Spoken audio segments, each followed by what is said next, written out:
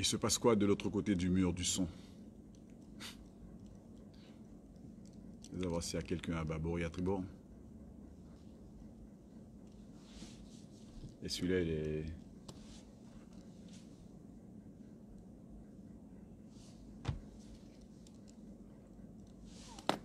On va faire une concurrence.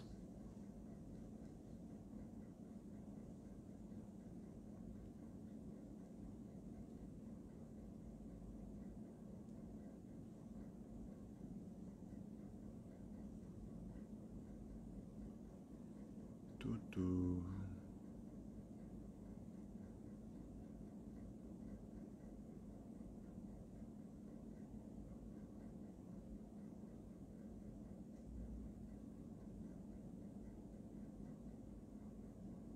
Tu l'as retrouvé? Tu l'as retrouvé?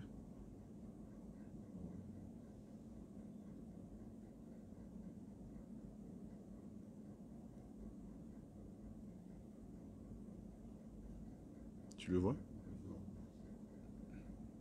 Ça donne quoi sur l'autre téléphone?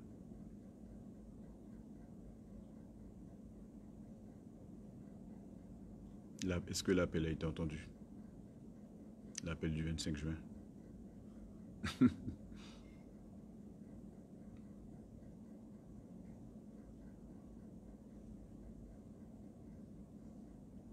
José Michino, servant. Bonjour, monsieur le député. On vous entend. Catherine, vous m'entendez bien, je suppose, parce que j'ai toujours des problèmes de son. Jean Blanc Cicélan, bonjour. Tu vas bien? Là, je parle aux gens qui sont connectés, 8 personnes. Vous êtes déjà en direct sur Facebook. Merci José, je le sais. Non, j'attendais qu'il y ait quelques personnes supplémentaires qui se connectent pour établir un minimum d'interaction avec mes amis Facebook. Merci Catherine. Donne-moi l'autre, s'il te plaît.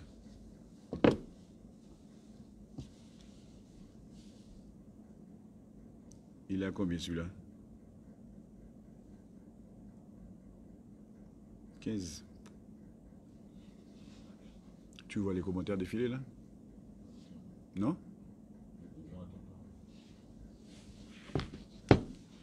Non, parce qu'il faudrait que...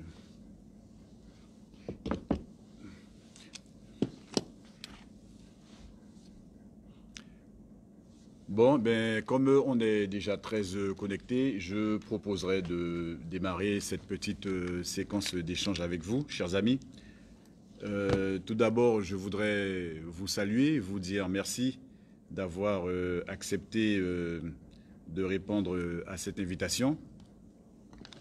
Je sais que le temps est précieux, que vous n'en avez pas beaucoup et donc je tâcherai d'aller vraiment à l'essentiel. Vous savez que je souhaite évoquer la situation de la crise sanitaire qui sévit sur le territoire de la Guyane depuis quelque temps, cette crise du coronavirus, pour laquelle beaucoup de questions ont été posées et pour laquelle on n'a pas forcément eu toutes les réponses attendues. Alors je voudrais tout d'abord vous dire mon état d'esprit, dans quel état je me trouve. Je ne suis pas forcément très heureux de la manière dont les choses se sont passées sur le territoire de la Guyane, parce que je suis intimement convaincu que l'on aurait pu faire autrement, que l'on aurait pu faire mieux. Essayez de me retrouver sur ça. Et pour cause, j'ai eu le sentiment que la Guyane a été prise au dépourvu, alors qu'en réalité, ce qui se passe aujourd'hui, pour moi, était largement prévisible. Et c'est pour ça que j'ai intitulé ce petit moment d'échange entre mensonge et vérité. Ne rien dire serait criminel. Ça serait criminel parce qu'en réalité, nous sommes en train de traiter de la vie et de la santé des habitants sur le territoire de la Guyane. Et il faut absolument que les personnes comprennent comment les choses se sont nouées et qu'est-ce qui fait que nous en sommes arrivés là. Mais pour cela, il est important pour moi de vous dresser rapidement une petite chronologie.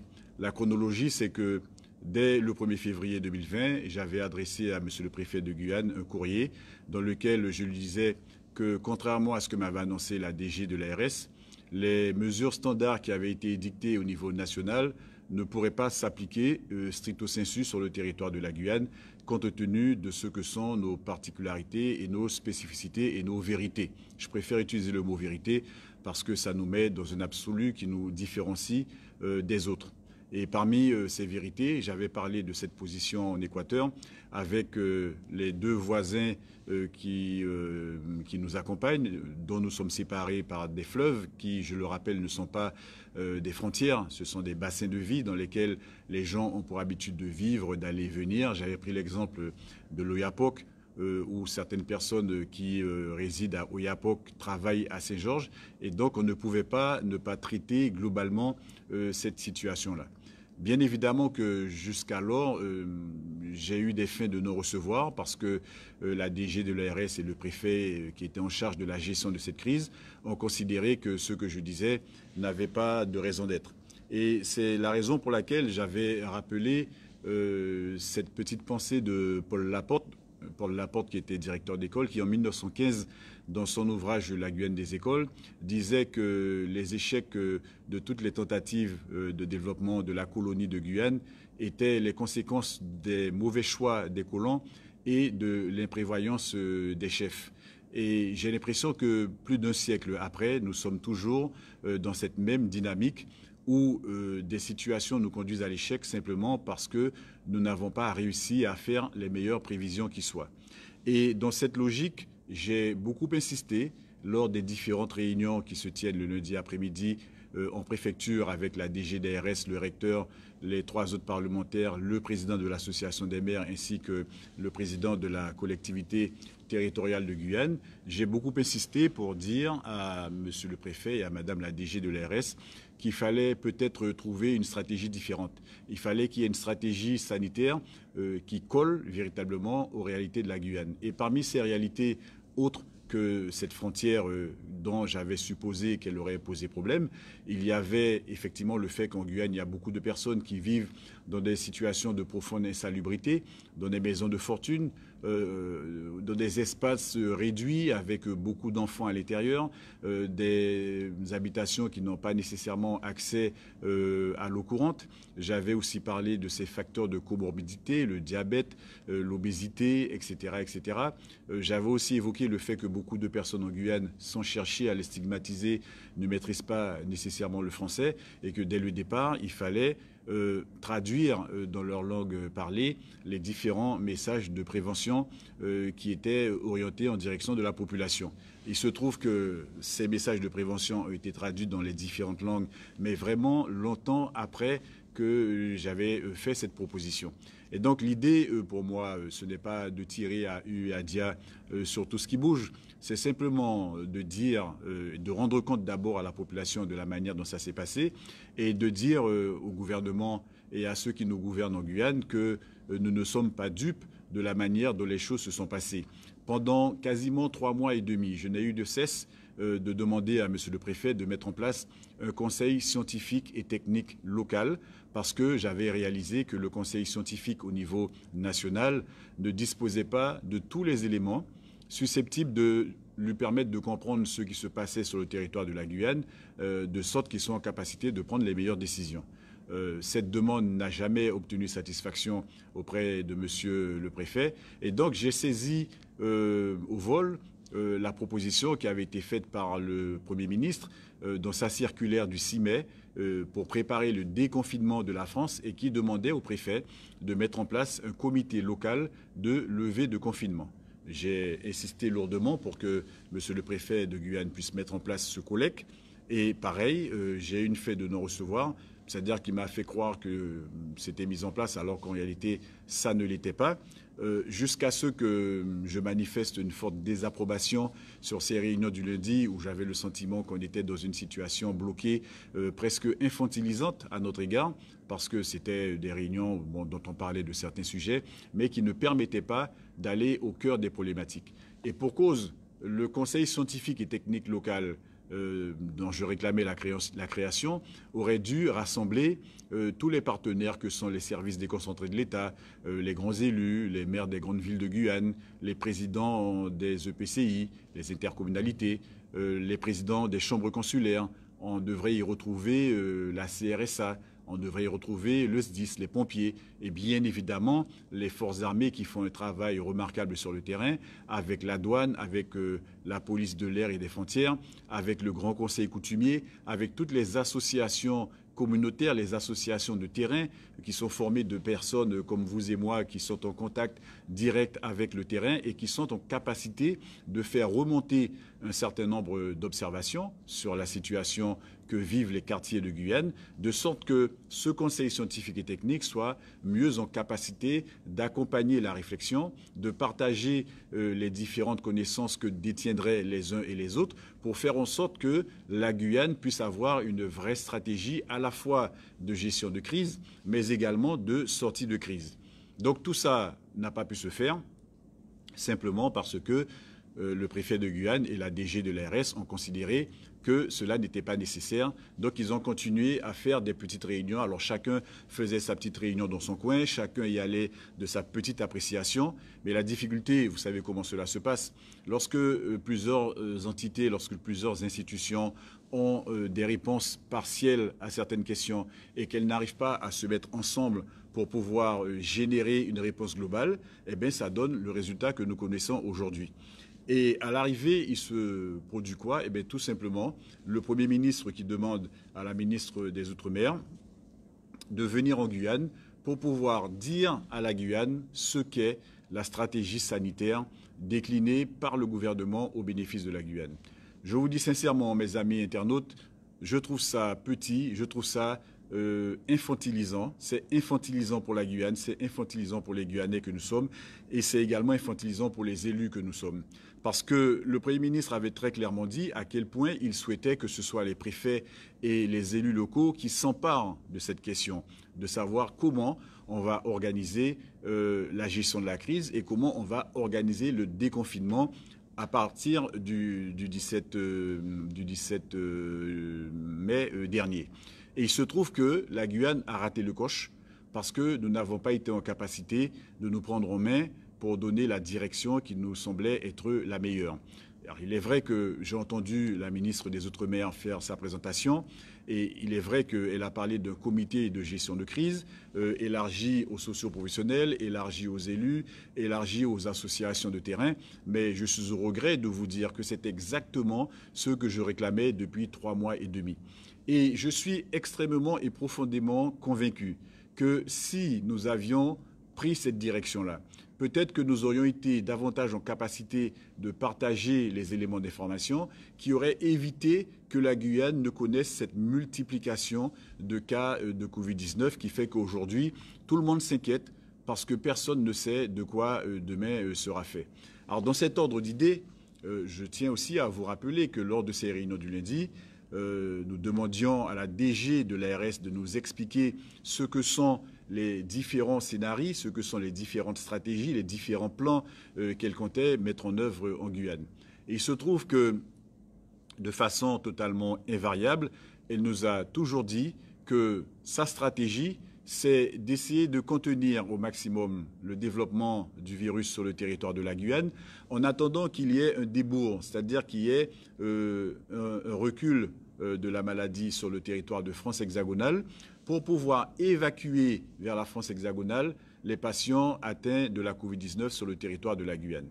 Personnellement, je lui avais dit que selon moi, ça risquait d'être une très très mauvaise solution parce que je vois régulièrement à Paris et en province des Guyanais qui sont hospitalisés pour d'autres raisons, problèmes pulmonaires, problèmes cardiaques, cancer, etc., qui sont totalement dépaysés, éloignés de leur famille et qui souffrent déjà de ce dépaysement. Et donc j'ai considéré que les gens qui allaient souffrir de la maladie de la Covid-19 ne devaient pas être comme ces derniers, autant éloignés de leur base, autant éloignés de leur famille. Mais cela étant, en attendant d'arriver à cette extrémité, à cette étape ultime, si je puis dire, j'ai considéré qu'il fallait prévoir l'aménagement des hôpitaux de Guyane et notamment le centre hospitalier de Cayenne qui a toujours été identifié comme étant l'hôpital de référence pour pouvoir accueillir les malades atteints de la Covid-19. Et donc, à partir de ce stade, se posait la question de savoir dans quelles conditions, avec quel matériel, avec quel personnel cet hôpital aurait pu être en mesure d'accueillir les patients Covid-19. Et la réponse invariable qui a été faite, encore une fois, par la DG de l'ARS, c'était de dire qu'on avait 11 lits de réanimation, qu'on pouvait doubler 2 chambres pour passer à 13, mais que rapidement, on allait monter à 40, qu'on allait ensuite passer à 60, parce que les moyens étaient mis à disposition pour que la Guyane soit sur une courbe évolutive de sa capacité d'accueil pour soigner les patients Covid-19. J'ai posé la question, il m'a été répondu par un courrier, une note que la DG de l'ARS avait destinée aux élus de Guyane. Et dans cette note, elle prévoyait même que l'on puisse monter jusqu'à 85 patients Covid accueillis en Guyane. Et quelle ne fut ma surprise de constater que lorsqu'on était arrivé à 11 ou 12 patients uniquement, que déjà on pensait à faire des évacuations sanitaires en direction de la Martinique ou en direction de la Guadeloupe. Je considère, partant de là, que nous avons été victimes d'un profond mensonge de la part de la directrice générale de l'ARS, qui avait fait croire aux grands élus que nous sommes que tout était sous contrôle, qu'elle avait entre les mains toutes les cartes pour pouvoir soigner les habitants de Guyane. Et hélas, nous constatons aujourd'hui que la situation avait à peine commencé à se détériorer, que tout de suite, il a fallu faire appel à nos voisins martiniquais et guadeloupéens pour pouvoir évacuer les patients Covid-19 de la Guyane. Et là où je suis encore désagréablement surpris, c'est d'entendre la ministre des Outre-mer nous dire que depuis le début de la crise, que le service hospitalier de Guyane, que les services sanitaires ont pu multiplier par 3 le nombre de places en réanimation. Moi, je ne sais pas, si on partait de 11, multiplié par 3, cela veut dire qu'aujourd'hui, on devrait être à 33. Or, ce n'est pas le cas, on n'est pas à 33. Et donc, il y a véritablement une situation extrêmement compliquée de mensonges proférés par des responsables de services de l'État. Et je vous dis très sincèrement, cela devient totalement inacceptable. Mais comme je vous ai dit, entre vérité et mensonge, ne rien dire serait criminel. Je me dois de vous rappeler qu'une DG d'ARS ou un DG d'ARS n'est pas un personnel soignant. Un DG d'ARS vient sur un territoire pour pouvoir faire des économies. Il est là pour gérer les deniers publics. Je rappelle que notre DG d'ARS actuel a fait partie du cabinet de Xavier Bertrand à l'époque, de Marisol Touraine qui était ministre de la Santé, et qu'à cette époque, eh bien, elle a dû participer activement à la rédaction de la loi groupement hospitalier, territoire, santé. Ça veut dire que c'est quelqu'un qui, dès le départ, était déjà dans cette logique d'aller vers la récession dans les hôpitaux pour contraindre le budget et faire en sorte que les hôpitaux se retrouvent dans des situations extrêmement difficiles. Ce sont ces mêmes situations difficiles dans lesquelles les hôpitaux se retrouvent actuellement et qui ont été largement dénoncées lourdement par les personnels de santé. Donc, on peut se bercer d'illusions en faisant croire ou en croyant que la DG de l'ARS, que l'ARS dans sa globalité est là pour accompagner les soins, pour améliorer la dynamique des soins en Guyane. Mais je vous dirais au contraire qu'elle n'est pas là pour ça, elle est là pour pouvoir rationaliser, pour pouvoir faire des économies là où c'est possible. Et on ne peut pas faire d'économies en achetant des lits, en développant le matériel, etc. Ce sont deux démarches qui sont totalement contradictoires entre elles. Et donc aujourd'hui, on est face à une problématique qui est en partie réglée, j'ai envie de dire.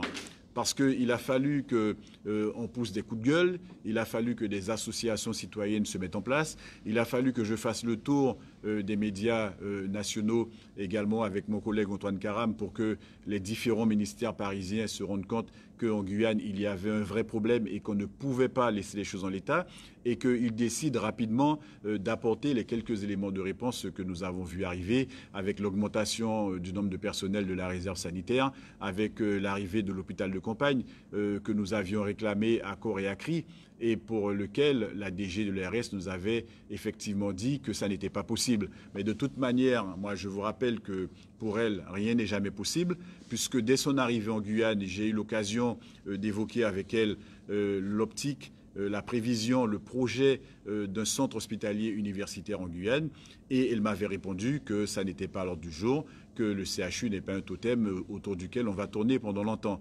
Alors que nous considérions que c'est un projet que la Guyane pouvait porter sur le moyen et le long terme, à l'horizon de 10-15 ans, mais que pour pouvoir le porter, pour le faire aboutir, encore aurait-il fallu que dès aujourd'hui, on commençât à y réfléchir.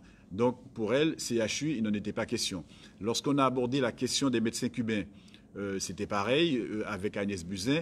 Elles ont toutes les deux considéré à tort que les médecins cubains n'étaient pas suffisamment compétents, qu'ils ne maîtrisaient pas un certain nombre de sujets. Mais on s'est bien rendu compte que les médecins cubains ont été appelés ça et là, en Afrique pour lutter contre Ebola, en Italie pour lutter contre la Covid-19, dans certaines contrées en Chine également pour accompagner les Chinois. Donc cela veut dire qu'il y a des pays à l'international qui sont conscients de la compétence et des qualités de ces médecins cubains. Et puis, il n'y a qu'au niveau de notre ministère des Solidarités et de la Santé et des gens qui gèrent notre santé qu'on a pu considérer que les médecins cubains n'étaient pas suffisamment compétents pour venir travailler sur le territoire de la Guyane. Et puis, on arrive après, hôpital de campagne, c'est fin de non-recevoir à l'identique. En clair, moi, j'ai eu le sentiment que nous étions sur des voies parallèles. Nous, les élus qui nous battions de manière à faire entendre la voix de la Guyane, à faire entendre votre voix, parce que lorsque je parle, bien évidemment, je le fais en votre nom, ce n'est pas en mon nom personnel. Je suis à l'écoute de ce que dit la base et j'essaye de faire remonter auprès du gouvernement à Paris ce que vous réclamez, et je fais pareil auprès du préfet et auprès de la DG de l'ARS. Mais il se trouve qu'on a perdu beaucoup de temps, et ce temps-là, on essaie aujourd'hui de le rattraper. C'est tant mieux, et c'est la raison pour laquelle je suis de ceux qui reconnaissent qu'il y a quand même des efforts qui ont été faits après coup. Je ne vais jamais dire que rien n'a été fait pour accompagner la Guyane, mais ce que moi je reproche à ceux qui nous gouvernent, c'est que ces efforts qu'ils font aujourd'hui, ils auraient pu le faire d'abord dans l'analyse depuis le 1er février, ils auraient pu le faire dans le courant du mois de mars. On a été confinés pendant 2 mois. Pendant ces 2 mois, on aurait dû mettre à profit le temps pour pouvoir réfléchir, organiser la réflexion pour savoir comment nous allions sortir efficacement de ce confinement. Et d'ailleurs, je l'ai hurlé par-dessus les toits chaque fois que cela était possible de dire « mettons en place cette structure de coordination qui va permettre à chacun de ces institutions de se prononcer et d'organiser la sortie du confinement ». Eh bien, on ne l'a pas fait. Et aujourd'hui, on paye les conséquences de toute cette prévoyance et de toute cette impréparation. Cela étant dit, il n'est pas trop tard pour bien faire. Et c'est la raison pour laquelle je considère que ce qui a été fait cet an dernier va dans le bon sens. Il faut le continuer, mais ça ne sera pas suffisant. Ce n'est pas normal qu'aujourd'hui, que le laboratoire Carrage nous dise qu'il ne peut pas continuer à tester massivement parce que Air France a débarqué ses colis coup sur coup samedi et lundi. Ce n'est pas normal qu'il n'y ait pas suffisamment de masques pour que les gens en Guyane se protègent, alors qu'en France, il y a une surproduction de masques dont on ne sait quoi faire. Ce n'est pas normal qu'en Guyane, on n'ait pas suffisamment de réactifs pour tester les Guyanais, alors qu'en France hexagonale, il y a des laboratoires auxquels on a demandé de jeter des réactifs qui seront périmés dans 2 mois. Je crois qu'aujourd'hui, il faudra un deuxième coup de rein pour pouvoir faire en sorte qu'on établisse un véritable pont aérien entre Paris et la Guyane, en faisant comprendre au gouvernement qu'il y a des priorités absolues avec lesquelles on ne peut pas rigoler et que sur le plan sanitaire, tout doit être mis en œuvre pour compléter les mesures qui ont déjà été actées. Pour moi, c'est une question de vie ou de mort et ne pas le dire serait également criminel. Pour la suite, bien évidemment que je prétends que le confinement généralisé, je l'ai dit, apporte des avantages. Mais il est évident, et je m'appuie sur des études qui ont été réalisées, que le confinement généralisé entraîne également de lourds désagréments sur le plan psychologique, sur le plan social, sur le plan sociétal, sur le plan sanitaire également, bien entendu sur le plan économique. Et c'est la raison pour laquelle je prétends qu'aujourd'hui, entre le confinement généralisé que certains réclament à corps et à cri, et puis le système open bar où tout le monde fait ce qu'il veut quand il veut, nous devons en toute responsabilité trouver une solution intermédiaire, ce que moi j'appelle le semi-confinement individualisé, notamment par le port du masque qui serait rendu obligatoire dans tous les espaces publics. À partir de l'instant où on rentre dans une proximité avec une autre personne, avec une distanciation qui n'est pas possible, eh bien, il faut rendre obligatoire le port du masque dans ces endroits-là. Et expliquer à nouveau, faire de la pédagogie de virus pour dire aux gens que quand vous êtes tout seul en voiture, vous êtes à mobilette, à vélo sur la route tout seul, le port du masque n'est pas nécessaire. Je crois qu'il y a des explications qui sont très très mal passées et donc il va falloir qu'on revienne à une pédagogie active pour que la population comprenne véritablement à quoi sert le masque et comment il faut le porter en toutes circonstances et en fonction des lieux où on se trouve. Bien évidemment que je reconnais qu'il faille maintenir la pression et donc je suis en faveur de ces mesures de couvre-feu, de ces mesures restrictives de circulation. Il faut que chaque Guyanais comprenne en toute responsabilité que ça n'est pas quelque chose qui est fait contre eux, mais on le fait pour le bien de chacun, on le fait pour le bien de tous. Et c'est là où je veux, encore une fois, chers amis, solliciter la responsabilisation de chacun d'entre nous. Il faut que chacun d'entre nous soit suffisamment responsable, qu'il se prenne en charge en se disant que si je me protège, je vais protéger le voisin et je vais protéger le collectif. Il faut véritablement que l'on passe par cette dynamique collégiale en se disant qu'on est tous embarqués dans une même galère et que le bonheur des uns fera le bonheur des autres, mais que le malheur des uns fera aussi les malheurs des autres. J'avais cité Martin Luther King qui avait dit que nous devrons apprendre à vivre comme des frères, sinon nous allons tous mourir ensemble comme des idiots. Mais je crois que plus que jamais, cette maxime, cette pensée de Martin Luther King a toute sa place sur le territoire de la Guyane et c'est la raison pour laquelle je considère qu'il va falloir que nous nous attelions à cette tâche de respect et de protection individuelle et collective. Il y a un point sur lequel je voudrais aussi insister, c'est la relation de partenariat avec nos voisins brésiliens. Dès le départ, j'avais expliqué le fait que le bassin de l'Oyapock, le bassin du Maroni n'était pas des frontières, que les gens vivent dans ce bassin de vie et que tenir compte de ce qui se passe sur le territoire de la Guyane sans tenir compte de ce qui se passe sur ce bassin de l'Oyapock et ne pas tenir compte également de ce qui se passait du côté de l'État de l'Amapá à Oyapock, à Villa Vitória, à Villa Brasil, c'était un leurre, qu'il fallait traiter cette question de manière globale. Et c'est la raison pour laquelle j'avais lourdement insisté pour que nous puissions réactiver la Convention de coopération sanitaire qui a été signée, ratifiée et constamment renouvelée entre la France et le Brésil, entre la Guyane et l'État de l'Amapá, entre la ville de Saint-Georges et la ville d'Oyapock. Cela ne sert à rien que nous allions faire des grands-messes lors des commissions mixtes transfrontalières de part et d'autre, à faire de belles projections sur l'avenir et qu'ensuite nous ne soyons pas capables de trouver les bonnes réponses et les bonnes solutions lorsque surviennent ce genre de problèmes tels que la crise sanitaire que nous connaissons actuellement. Au niveau des services de l'État en Guyane, il m'avait été répondu que la doctrine, c'est que chaque territoire va devoir gérer ses patients Covid-19.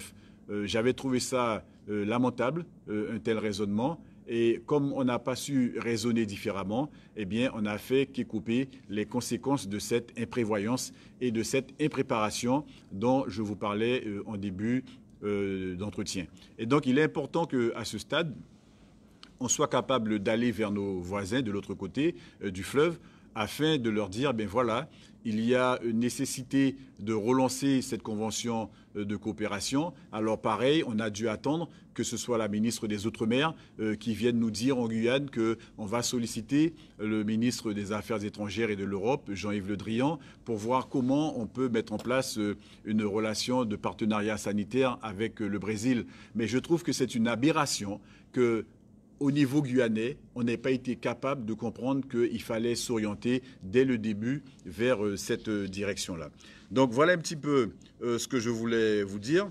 Et puis, parmi les solutions qui avaient été annoncées pour lesquelles j'avais posé la question de savoir comment les choses se déclineraient, eh bien, il y a ce fameux navire porte-hélicoptère, le Dixmude, qui avait mouillé dans les eaux des Antilles. J'avais dit certainement que ce navire était venu porter main forte aux Américains qui se positionnaient face aux Vénézuéliens dans l'optique peut-être d'aller engendrer des incidents diplomatiques.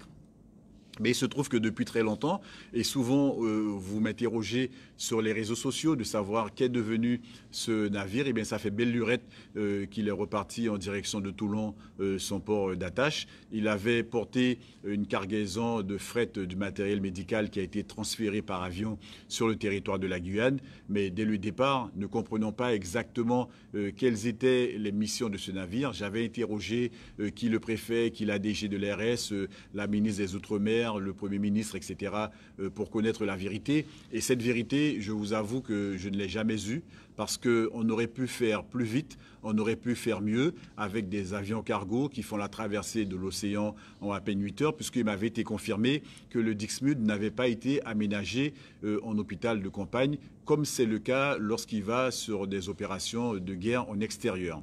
Donc on est revenu à la case départ. Il va falloir qu'on se démerde avec les moyens qui sont mis à notre disposition. Ça ne sera pas facile, mais j'espère que tout ça aura une fin très rapidement, de manière à permettre à la Guyane de retrouver une vie meilleure. Pour terminer, à l'Assemblée nationale, vous savez que j'ai participé au débat concernant la prorogation ou pas de l'état d'urgence en Guyane et à Mayotte, compte tenu de l'évolution de la maladie sur ces deux territoires.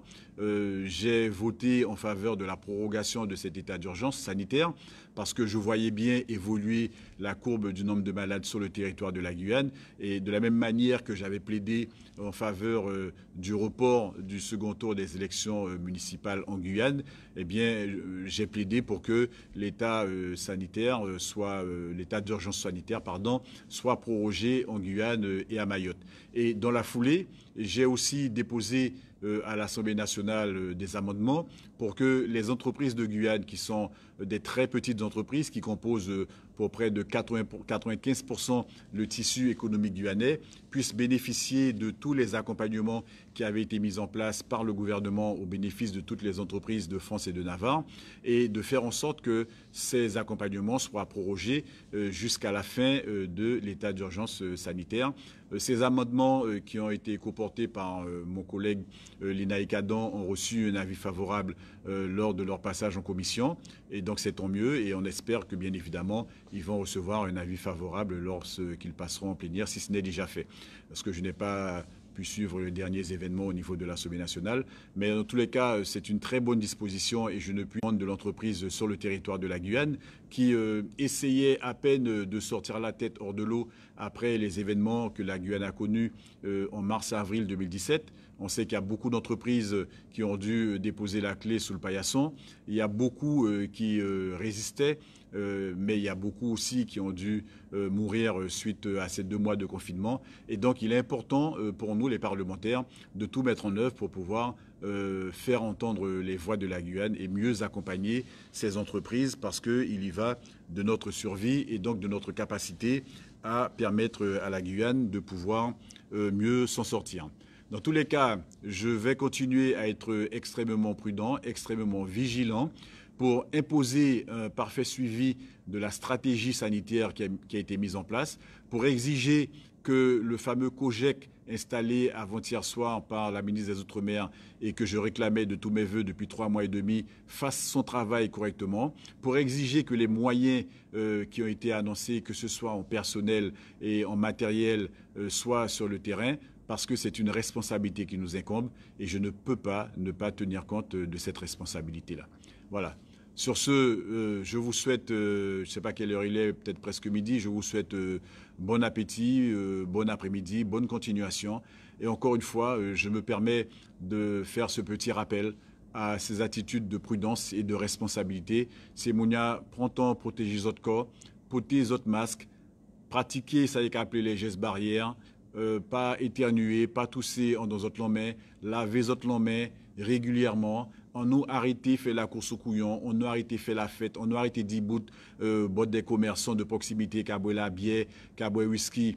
Parce qu'il y a des gens qui disent comme ça qu'il est considéré qu'il est immunisé contre maladie, mais beaucoup de Détroit qui couchent à l'hôpital qui a souffert et aillé justement qui était créé parce qu'il était jeune qui maladie a pas été touché, il était créé qui parce que il était gain, il est la prière, qui était gain, il position, etc.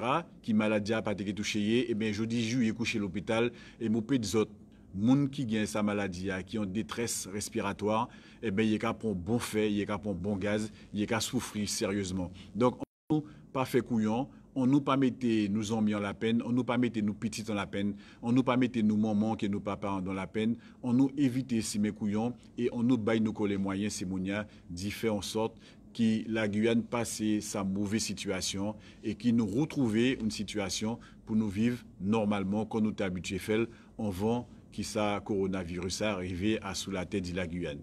Moi, des autres, merci. À très bientôt. Au revoir.